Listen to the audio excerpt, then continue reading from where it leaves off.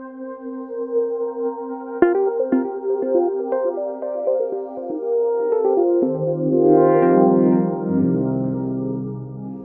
my name is Tom Biehl. I'm a partner at Fagery Baker Daniels on the labor and employment team. I've been practicing traditional labor and employment law since 1997. In fact, my first job was in-house labor and employment counsel for an international manufacturing organization. In my nearly 17 years of practice, I've bargained somewhere between 80 and 100 labor contracts. I've bargained successor agreements, first contracts, decisional effects bargaining during plant closures. I also assist my clients with unfair labor practice charges, labor arbitrations, union avoidance and decertifications, and talk to my clients on a day-to-day basis about their traditional labor matters. Today I'd like to talk to you about a few tips I've learned over the last 17 years with respect to labor negotiations. The first thing I'd like to say is none of my clients ever call me excited about the fact that their labor contract's about to expire. Nobody sees it as an opportunity, and I'm going to challenge you today to look at it differently. It is an opportunity. It's an opportunity to you as an employer to improve your operational and administrative flexibility. It's also an opportunity to reduce labor costs if appropriate. In fact, the days when labor negotiations inevitably meant concessions to the union, those days are gone. The last 5 to 7 years, I've bargained many concessionary agreements with respect to the union. They no longer automatically receive wage increases, better benefits, or additional cost to their pension plans or their 401k. I also challenge you early on in the labor negotiation preparation, define what success means for your organization. What will a successful labor negotiation look like to your organization when it's over? And continually remind yourself during preparation and the execution of bargaining what that success means. The first part of preparation is obviously selecting your bargaining team. You need an experienced chief spokesperson.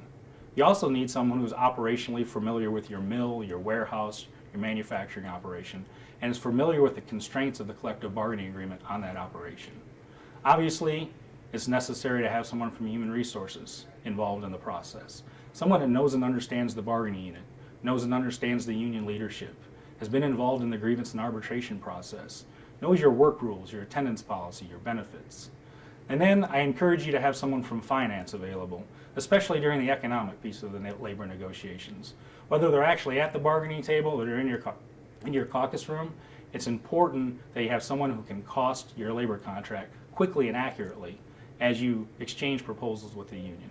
And finally, I have someone I call document control, or a scribe. Someone who's going to take notes during labor negotiations, keep everything in order, and timestamp the proposals and counter-proposals. It's very important that your negotiating team should consider the impact of labor negotiations on all aspects of the organization. Receive input from all impacted departments. Secondarily, it's important to know and understand the union's team and their practices. Determine who will be on the union's negotiating team. This is generally pretty obvious, but also determine each individual's personal agenda if possible. It won't come as any surprise to anyone who's negotiated a labor contract that most of the union's demands and proposals are dictated by the personal agenda of those that are leading the negotiating team. Anticipate the union's proposals based on bargaining, grievances, and their personal agendas. Know the union's rules and practices for ratification. Some unions have one simple ratification process. 51% of the people that show up for the ratification meeting will ratify or reject the contract. Others have more complicated processes.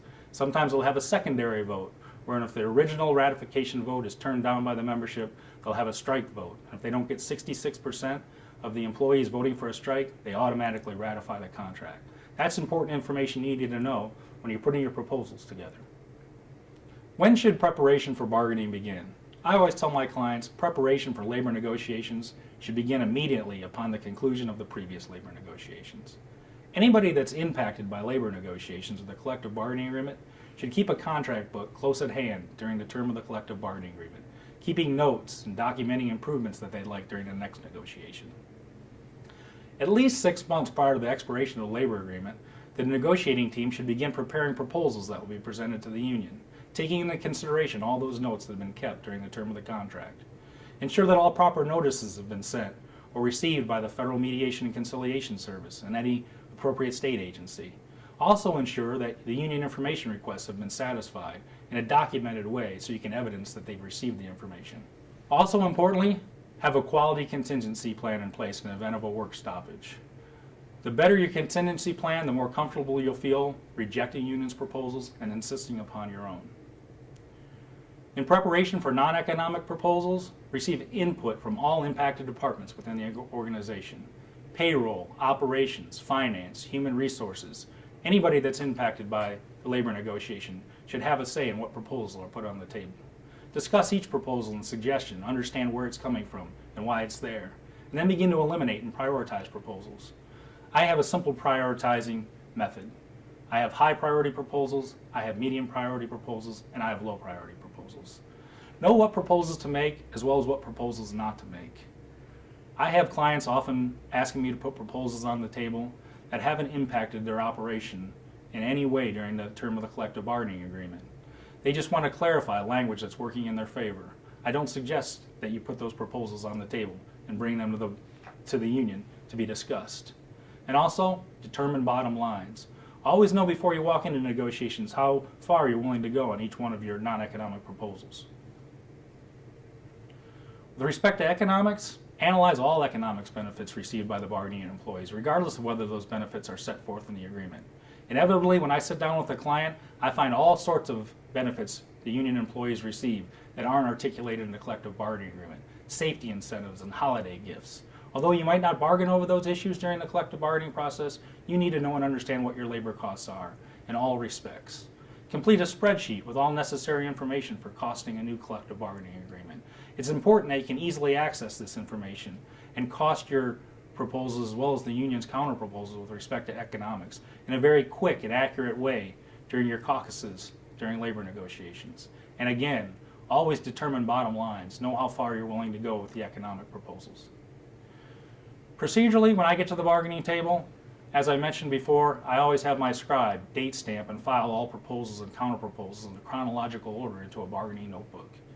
Once at the bargaining table, I like to set ground rules, start times, make sure that our bargaining dates coincide with one another's and that everyone's happy with the arrangements of where we're meeting and how often we're meeting.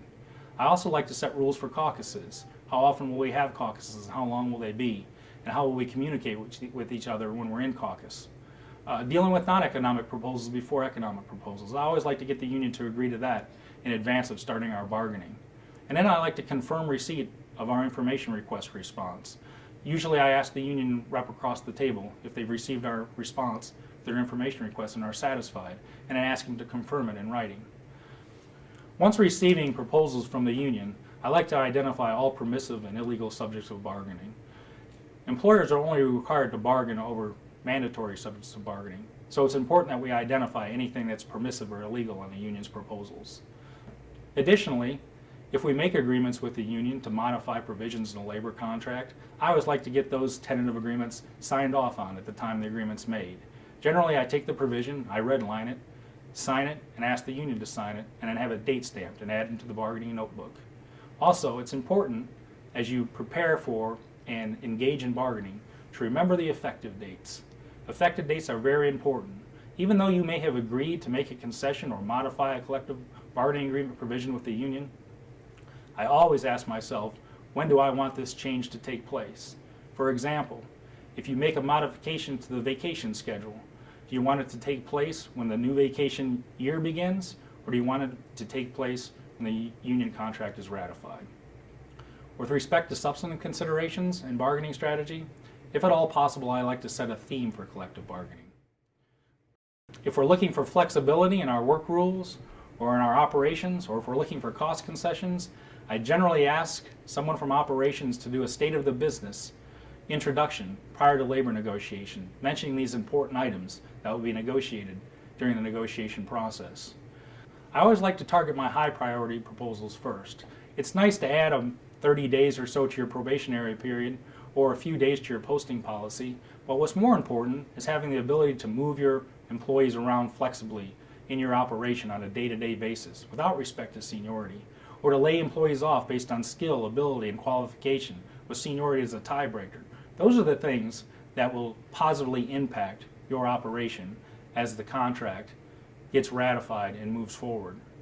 I always like to control the process when I'm bargaining and give the union homework. I like to work off of my proposals. When I break for a caucus, I always ask the union to take a look at employer proposal number 5. I'd like to talk about it when we get back. Or when we break for the day, tell them in the morning we want to talk about company proposal 7 or company proposal 9. Give them homework, let them work on it, keep the flow of the negotiations going forward and working off of your proposals. I always try to attempt to wrap up non-economic issues prior to starting economic issues. And when making economic proposals, I like to work backwards from my last best and final offer.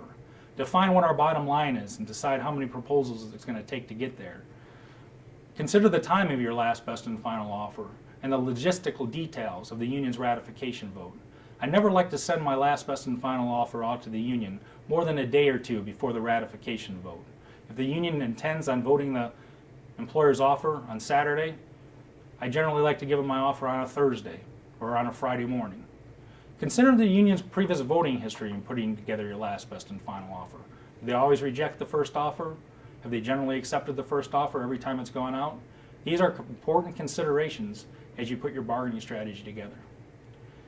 And then I'd like to reiterate to you, when things get tough, it's important that you always remind yourself how you defined a successful negotiation when you're in preparation stage. I've gone as far as posting a big post-it note on my caucus room, defining those high priority proposals for my bargaining committee, and reminding each other that those proposals define success for our negotiations so we don't make concessions that we'll regret later. In post-bargaining, if the union's accepted your offer, they generally do it verbally. Oftentimes, someone from the union's committee will contact an employer committee member and tell them they've accepted the offer. It's important that you document that acceptance in an email or in a letter back to the union rep, acknowledging that they've accepted your offer. Then, immediately train all impacted employees on the employer's side. Payroll, human resources, operations. It's as important that they know what the changes are, as well as the intent behind those changes. Ensure that those responsible for implementing any changes do so. You don't want to have egg on your face, promising the union you'd make a change and then it's never implemented. Finally, what happens when the union rejects your offer? There are a number of questions that will be raised when the union calls you and tells you the offer has been rejected. Should you get the federal mediator involved? How soon will your employer return to the table? What's a wise strategy? Should the labor contract be extended, and if so, how so? Will the union work without a contract, or is a work stoppage inevitable? Should you communicate directly with your employees about the offer and why you made the offer the way you did? And are the parties at an impasse, and should the employer implement its last best and final offer? Unfortunately, there's no clear-cut answers to this. Bargaining isn't a science, it's an art. These are questions that are dealt with on a case-by-case basis. But I hope today that I've given you some things to think about as you go through the negotiating process. And if you need any additional questions answered or any help with your negotiations, feel free to contact me. And I thank you for the opportunity.